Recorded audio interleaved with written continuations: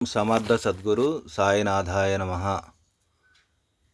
శ్రీ రమణాశ్రమ లేఖలు 271వ లేఖ. చలోక్తులు 4/2/1950.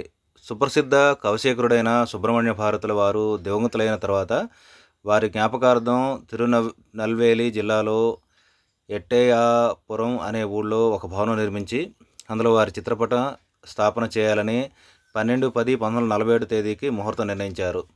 రాజగోపాలాచారి భవనం తెరిచేటట్లు రామస్వామి రెడ్డి గారు భారత చిత్రపటం తెరిచేటట్లు ఏర్పాటు చేశారట. అందుకు ముందుగా 5-6 రోజుల నుండి అక్కడ రాజగోపాలయ్యరు, కృష్ణస్వామి కలిసి న్యూస్ పేపర్లో వచ్చిన భారతీయ చిత్రపటము, ఆ భవన చిత్రపటము కత్తిరించి ఒక అట్ట మీద భారతి చిత్రం పై వరుసన, భవనం క్రింద వరుసన అతికిస్తూ ఉంటే భగవాన్ వారికి అన్ని విధాలా సలహాలు ఇస్తూ వచ్చారు. 11/10/1947 తేదీకి పూర్తి అయింది. వాళ్ళిద్దరూ అది తెచ్చి భగవాన్కు చూపారు. శ్రీవారు చిరునవ్వుతో ఇంకేమో దీని కింద ఒకటి పైన ఒకటి బొందులు పోసిన కుచ్చుగుడ్డలు 2 కట్టి వీటి మీద కప్పి ఉంచండి. అక్కడ రాజగోపాలాచారి గవర్నర్ అయితే ఇక్కడ రాజగోపాల అయ్యర్ గవర్నరు, రామస్వామి రెడ్డి గారు అక్కడ మంత్రి అయితే కృష్ణస్వామి రెడ్డి గారు ఇక్కడ మంత్రి. రేపు ఏం చేస్తారంటే సరిగ్గా అక్కడ ఏ వేళ భవనం ఫోటో తెరుస్తారో అదే వేళకు ఒకరు ఈ భవనం మీద బట్ట తొలగిస్తే ఒకరు భారతి ఫోటో మీద బట్ట తొలగించండి, సరిపోతుందని సెలవిచ్చారు. 1947లో ఒకనాడు ఉత్తర దేశస్థులైన ఒక భక్తునికి భగవాన్ మధ్యాహ్నం 1:30 నుండి సాయంత్రం 4 దాటే వరకు ఏదో బోధిస్తూనే ఉన్నారు. 4:15కు పోస్ట్ వచ్చింది. పోస్ట్ వెళ్ళేసరికి 4:30 దాటింది. బయటకు వెళ్ళే వేళ మంచుతుందని సేవకులు కర్ర కమండలం పట్టుకుని నుంచున్నారు. భగవాన్ కాళ్ళు సర్దుకుంటూ ఉండండయ్యా ఉండండి. రామభక్తులైన ఆంజనేయుల వారి అయ్యగారు వచ్చి కాళ్ళు గట్టిగా పట్టుకున్నారు. వారేం సామాన్యులా, త్వరగా విడవరు, చల్లగా సర్దుకోవాలి, కొంచెం నిలవండి అని సెలవిచ్చి మోకాళ్ళకు తైలం రుద్దుకున్న తర్వాత లేచారు. వాయువు నొప్పుల వల్ల మోకాళ్ళు పట్టుపట్టినవనే శ్లేషార్థం ఇచ్చే శ్రీవారి చమత్కారమైన మాటలకు సభ్యుల్లో కొందరు చికితులై నవ్వారు. భగవాన్ బయటకు వెళ్ళి తిరిగి వచ్చి సోఫా మీద కూర్చోగానే ఒకరు పక్కనున్న కుంపట్లో ధూపం వేశారు. అది కొంచెం ఎక్కువగా ఉండడం వల్ల పొగ గుప్పున లేచి భగవాన్ ముఖమంతా ఆవరించి ఉక్కిరిబిక్కిరి గావించింది. కిటికీలు తెరుద్దామా అన్నారు ఒక సేవకులు. ఉండనియండి. గుళ్ళో స్వామికి ధూపం వేసి బాగా పారాలని విసనకరతో స్వామి వైపుకు పారేటట్లు విసురుతారు. మీరు పోగొట్టేందుకు యత్నిస్తున్నారు ఎందుకు? ఇది తనంతట తానే వస్తోంది. స్వామికి బాగా ధూపం వేయాలని కదా వేశారు, రానియండి అని భగవాన్ అంటూ ఉండగానే ఒకరు చేత్తో విసిరారు. గుప్పున మంట వచ్చింది. భగవాన్ శరీరానికి సెగ తాకిందేమోనని మేమంతా గాబరా చెందుతూ ఉంటే శ్రీవారు చిరునవ్వుతో ఇది సరి, ధూపం ఆఘ్రాపయామి, దీపం దర్శయామి, ఇప్పుడు సరిపోందయ్యా అంటూ సెలవిచ్చి మౌనం వహించారు. 272వ లేఖ. మిరపకాయ మాహాత్మ్యం. 6/2/1950. 1947 ఏప్రిల్ చివరి వారంలో భారతి పత్రిక వచ్చింది. అందులో పల్నాడు మిరపకాయ యొక్క శ్రేష్టత్వం వర్ణించి దానివల్ల కఫదోషం మొదలైన వ్యాధులు పోతాయని, మిరపకాయ జీర్ణకారి అని, అది వంటికి ఎంతో మంచిదని, వాటితో ఎన్నో మందులు చేయవచ్చునని, అది బలకరమని, బుద్ధి వికాసం కలగజేస్తుందని ఇంకా ఎన్నో ప్రమాణాలతో ఒక వ్యాసం రాసి ఉంది. భగవాన్ చూచి నవ్వుతూ అదంతా నా చేత అప్పుడే చదివించి ఆశ్రమం డాక్టర్లను చూచి ఇదిగోనండి, మీరంతా నన్ను కారం తగ్గించి తినమంటారే, ఆ మిరపకాయ మహత్యం భారతిలో ఎలా రాశారో వినండి. నాగం చదువుతుంది, అది శ్లేష్మానికి మంచిదట, బలకరమట, ఎన్నో సుగుణాలు చెప్పారు అందులో అని చెప్పి ఆ పత్రిక జాగ్రత్తగా దాచిపెట్టమని వెంకటరత్నాన్ని ఆజ్ఞాపించారు. దీనంత జాగ్రత్తగా దాచమంటారు ఎందుకా అని మేమిద్దరం అనుకున్నాం. 10 రోజులు దాటిన తర్వాత రిటైర్డ్ సర్జన్ గణపతి అయ్యర్ భార్య జానకి అమ్మాళ్ కొందరు స్త్రీలతో సహా వచ్చి కొద్ది రోజులు ఉంది ఇక్కడ. ఆమె ఒక్క దినం మధ్యాహ్నం 3ంటికి భగవాన్ ఉద్దేశించి, భగవాన్, శరీరం చాలా చిక్కిపోతున్నది, కారం పూర్తిగా మానివేసి బలకరమైన పదార్థాలన్నీ తినాలి, కారం తింటేనే మనుషులు ఎండిపోతారు అంటూ ఎన్నో ప్రమాణాలు నిరూపించి చెప్పసాగింది. సమీపస్తులొకరు భగవాన్ శరీరానికి కారం ఏం చేయదమ్మా అంటే ఆమె వినిపించుకోక అదే ధోరణిలో మాట్లాడింది. సమీపస్తులు మళ్ళీ ఏదో చెప్పబోయినారు. భగవాన్ వారిని వారిస్తూ, ఉండవయ్యా వీరు, ఆమె సర్జన్ గారి భార్య, ఆయన మందులిస్తే ఈమె పద్యపానాదులు చెబుతుంది, మీకేం తెలుసును అని సెలవిచ్చి ఆ వైపు తిరిగి, మీరు మంచిది కాదంటారు. మొన్న భారతిలో మిరపకాయ యొక్క శ్రేష్టత్వాన్ని గురించి పెద్ద వ్యాసమే రాశారు. నేను ఎవరి మాట వినేది? ఉండండి, చదువుతారు, వింటే మీకే తెలుస్తుంది. ఎండిపోతారని మీరంటారు, పల్నాటి రెడ్లంతా మిరపకాయలు దిట్టంగా తినడం వల్లే కండలు పెరిగి బలిష్ఠులై ఉన్నారట. కారం ఎక్కువ తినడం వల్లనే ఆంధ్రులకు బుద్ధి వికాసము, ధైర్య సాహసాలు, పట్టుదల బాగా ఉన్నవట. ఉండండి విందురుగానే అని చెప్పి వెంకటరత్నం చేత పుస్తకం తెప్పించి చదివించారు భగవాన్. ఆమె మరే మాట్లాడలేకపోయింది. 273వ లేఖ అవతార సమాప్తి. 1948 నవంబర్లో భగవాన్ ఎడమ చేతి పైభాగంలో వెనుక పక్కన పులిపిరికాయ వలె ఒక కురుపు కనిపించి దినదినం ఎదుగుతూ 1/2/1949 నాటికి గోలీకాయంత లావు అవడం వల్ల ఆశ్రమ వైద్యశాలలో పనిచేస్తున్న doctor Shankar Rao, retired surgeon Srinivasa Rao కలిసి ఇది రోజురోజుకు ఎదుగుతోంది, శస్త్రచికిత్స చేస్తామని శ్రీవారితో మనవి చేస్తే, ఏదైతే ఎదుగుతుంది మనకేం దాని పని అది చూసుకుంటే మనం ఎందుకు కదల్చడం అని సెలవిచ్చారట భగవాన్. అది అంతంతకు అధిక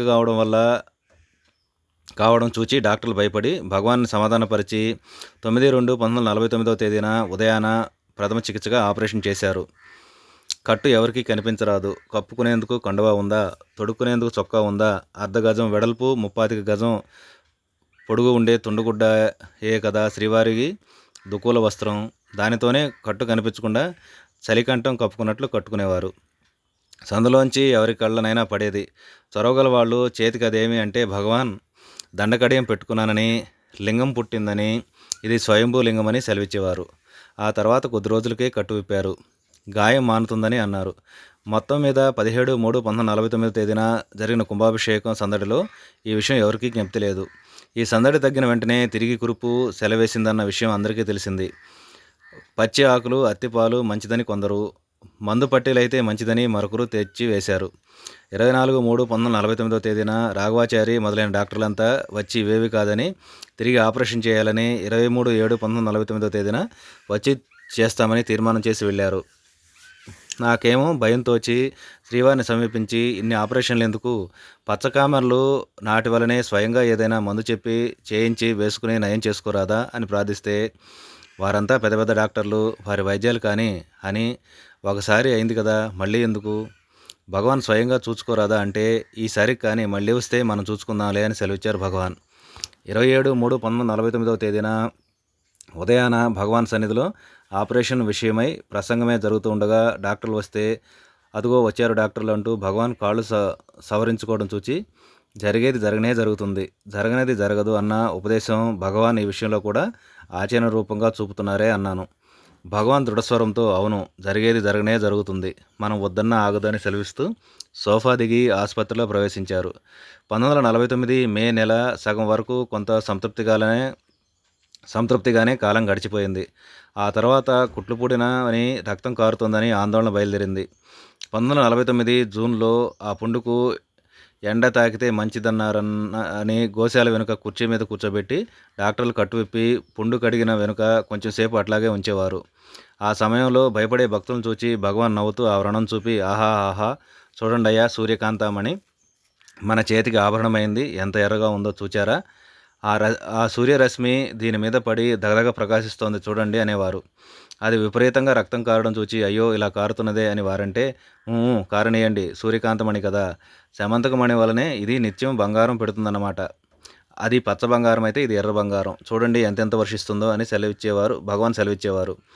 భగవాన్ ఎలాగైనా శరీరం బాగుపరుచుకోరాదా అని భక్తులు ఎవరైనా ప్రార్థిస్తే, నాదేమున్నదని, నేనేం చేసేది అని భగవాన్ సెలవిచ్చేవారు.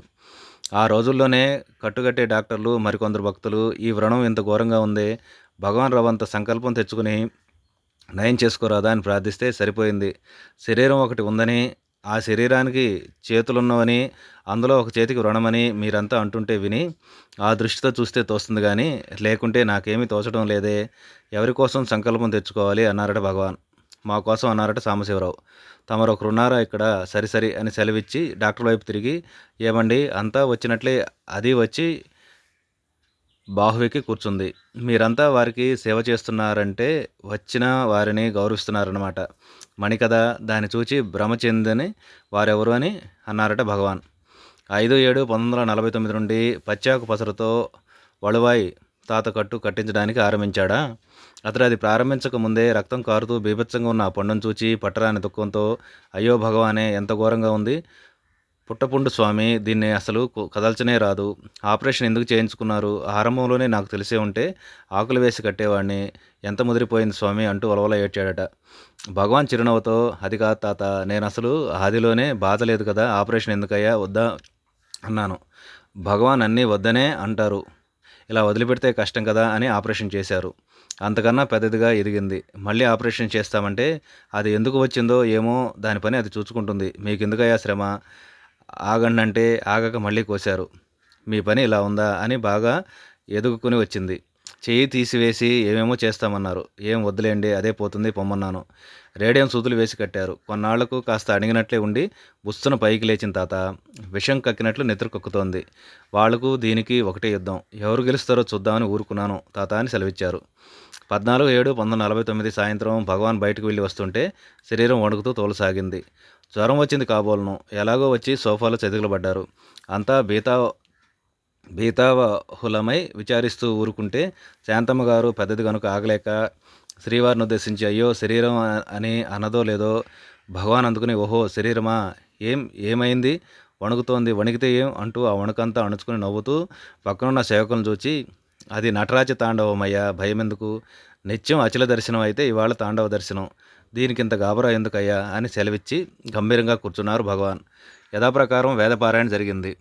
27/7/1949 రాత్రి కట్టుకట్టే సమయంలో రక్తం విపరీతంగా పోతూ ఉండడం చూచి పద్మనాభం అనే డాక్టరు టీపీ రామచంద్రయ్యరు కన్నీరు కారిస్తే భగవాన్ చూచి ఎందుకో ఏడుపు అన్నారట.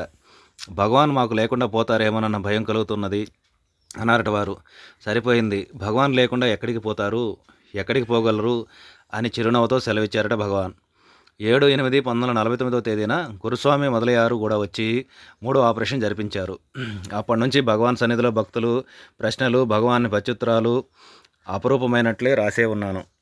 19/12/1949 తేదీన చివరి ఆపరేషన్ అయిన తర్వాత భగవాన్ కొత్త హాలుకు కానీ పాత హాలుకు కానీ రానే లేదు కదా, చిన్న రూమ్లోనే నివాసం అయింది. హోమియో వైద్యం కాగానే మూసు వైద్యం ప్రారంభించారు. ఆ మూసుకు 3/3/50 నుండి అధైర్యం తోచి భగవాన్ని ప్రార్థిస్తూ స్తోత్రం ఒకటి రాసి విష్ణు సహస్రనామం పారాయణ చేసేందుకు ఏర్పాట్లు చేశాడు. భక్తుల్లో కొందరు సూర్య నమస్కారాలు, కొందరు మృత్యుంజయ జపం ఆరంభించారు. వైద్యుల చికిత్సలకు సరిసరి అని శరీరం ఒప్పగించినట్లే ప్రతిదినము వీరంతా తీర్థప్రసాదాలు తెచ్చిస్తే సరిసరి అంటూ గ్రహించేవారు భగవాన్. మృత్యుంజయ జపానంతరం హోమం చేస్తామని అడిగితే మీ ఇష్టం అని తలూపి వారటుపోగానే సమీపంలోని వెంకటరత్నంతో వారంతా మృత్యుంజయ హోమం చేస్తారటోయ్, ఈ హోమం తెలిసిన వారంతా మరణించకుండా ఉండాలి. అదీ లేదు, ఏదో చేస్తారంతే. మృత్యుంజయుడైన శివుని శరణుజొచ్చిన వారే మృత్యుభీతిని పోగొట్టుకుంటారని సెలవిచ్చారు భగవాన్. దేవికాలోత్తరం అనే గ్రంథంలో మంత్రము, హోమము మొదలైన వాటిలో మగ్నులు కాకూడదని చెప్పి ఉన్నదే అన్నాడట వెంకటరత్నం. అవును నిజమే, ధ్యానమే చాలన్నారు. సర్వజ్ఞానోత్తరంలో కూడా ధ్యాననిష్టే సరైన జ్ఞానము, దీక్ష, తపస్సు అని చెప్పి ఉందని సెలవిచ్చారు భగవాన్. ఆ సమయంలో ఒక భక్తురాలు చండీ హోమం చేయించింది. ఒక తల్లి శనిదీపాలు పెట్టింది. కొందరు అరుణాచలేశ్వరాలయంలో అభిషేకాలు చేయించారు. వీటన్నిటితో ఆశ్రమం అంతా మారుమ్రోగుతూ ఉంటే సేవకులు శ్రీవారిని ఉద్దేశించి, భగవాన్ వీటన్నిటికీ సరిసరి సమ్మతిస్తారెందుకు అని ప్రశ్నిస్తే, పోనిండయ్యా, మంచి పనే కదా, ధనవంతులకు కైంకర్యం అవుతుంది, బ్రాహ్మణులకు భోజనం లభిస్తుంది, మనకేమి, వద్దంటే వారంతా చిన్నబుచ్చుకుంటారు, పోనీయండి ఏదో ఒకటే అని బదిలిచ్చారు భగవాన్. 17/3/1950 తేదీన శ్రీవారికి వమనమయ్యి చాలా బాధ కలిగించిందని, ఆ తర్వాత ఆహారమే తీసుకొనలేదని శ్రీవారి సోదరి అలిమేలమ్మ గారు విని భగవాన్ వద్దకు వెళ్ళి, అయ్యో భగవాన్, ఆహారమే తీసుకొనలేదటే, ఇవాళ పాయసం ఎంతో బాగున్నది, రవ్వంతైనా లోపలికి పోకపోయినా అని విచారిస్తే ఆమెకేదో సమాధానం చెప్పి పంపి, సేవకులతో పాయసం బాగుంది, భగవాన్ తినలేదే అని వాళ్ళు విచారిస్తారు. వీళ్ళు ఇంకా ఇప్పటికైనా విజ్ఞానమనే ఆహారం తినరేమా అని నేను విచారిస్తాను. ఏం చేస్తాం, ఏది ఏ విధంగా జరగాలో అది అలానే జరుగుతుంది అని సెలవిచ్చారట భగవాన్. భగవాన్ చేతికి ఈ వ్రణం వచ్చినప్పటి నుండి అవకాశం చిక్కినప్పుడల్లా ఏ విధంగానైనా ఈ వ్యాధిని పోగొట్టుకుని మా నిమిత్తం కొంతకాలం ఈ శరీరాన్ని నిలబెట్టుకోవాల్సిందని నేను ప్రార్థనాపూర్వకంగా శ్రీవారిని వేడుకుంటూనే ఉండేదాన్ని. భగవాన్ ఓదార్పుగా ఏదో ఒక సమాధానం చెప్తూనే ఉండేవారు. 3-4 ఆపరేషన్లప్పుడు భయంగా ఉందే అని నేనంటే పర్వాలేదని, ఇప్పుడేమీ తొందర లేదని చెప్పారు భగవాన్. అందువల్ల వ్యాధి ఎంత తీవ్రంగా ఉన్నా, ఎవరెంత అధైర్యంగా మాట్లాడినా, అలాగైతే భగవాన్ నాకు సూచనగానైనా చెప్పరా అన్న ధైర్యము, ఇంకా నయమవుతుందేమోనన్న ఆశ నన్ను ఆవరించే ఉండేవి. 19/3/1950 తేదీన మనకు ఉగాది పండుగ వచ్చిందా, నేను ఇక్కడికి వచ్చినప్పటి నుండి ఈ పండుగకు కొత్తది ఖద్దరు తుండు గుడ్డ కౌపీనం తెచ్చి భగవాన్కి ఇవ్వడము, భిక్ష చేయడము మామూలు. అది మానడం ఎందుకని 18/3/1950 సాయంత్రం 7 గంటలకు తుండుగుడ్డ కౌపీనం చేతపుచ్చుకొని పోస్ట్ మాస్టర్ రాజయ్యర్ను వెంటబెట్టుకుని శ్రీవారున్న చిన్న గదిలో ప్రవేశించాను. భగవాన్ తేరిపారా చూచారు. బట్టలు బల్ల మీద పెట్టి రేపు ఉగాది అన్నాను.